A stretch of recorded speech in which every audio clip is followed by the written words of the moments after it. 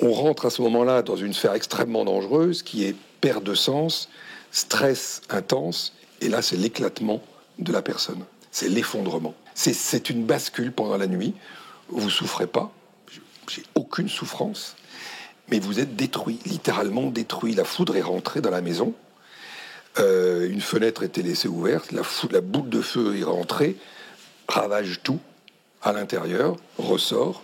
Les murs sont intacts, mais à l'intérieur, il n'y a plus rien. Tout est calciné. J'ai vécu un véritable procès de Moscou, avec des attestations faussées par mon hiérarchique, des faux, l'usage de faux.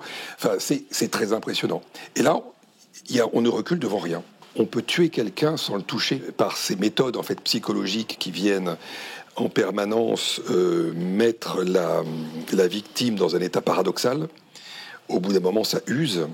Elle s'épuise à essayer de raisonner et à essayer de comprendre ce qui lui arrive. Elle n'y arrive pas.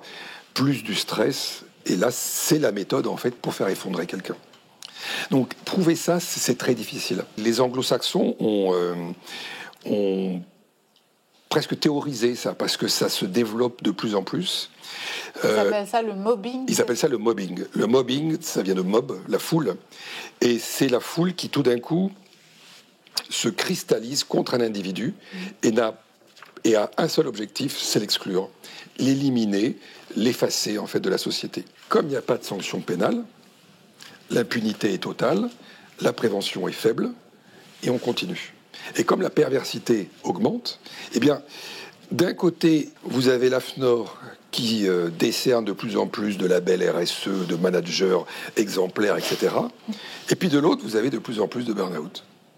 Le harceleur agit par sidération. Le harceleur est avant tout paranoïaque. Et quand on a à la tête d'un État un individu paranoïaque, c'est un individu qui va diviser en permanence. Le gros problème de la paranoïa, c'est qu'elle est contagieuse. Macron a développé en politique la vitrification de l'ennemi avec un seul mot. Il y a eu anti-vax en 2020, il y a eu complotiste, bon ça c'est à l'échelle internationale. Maintenant il y a collabo. Maintenant il y a des agents russes partout. Il y a des agents russes et des collabos, voilà.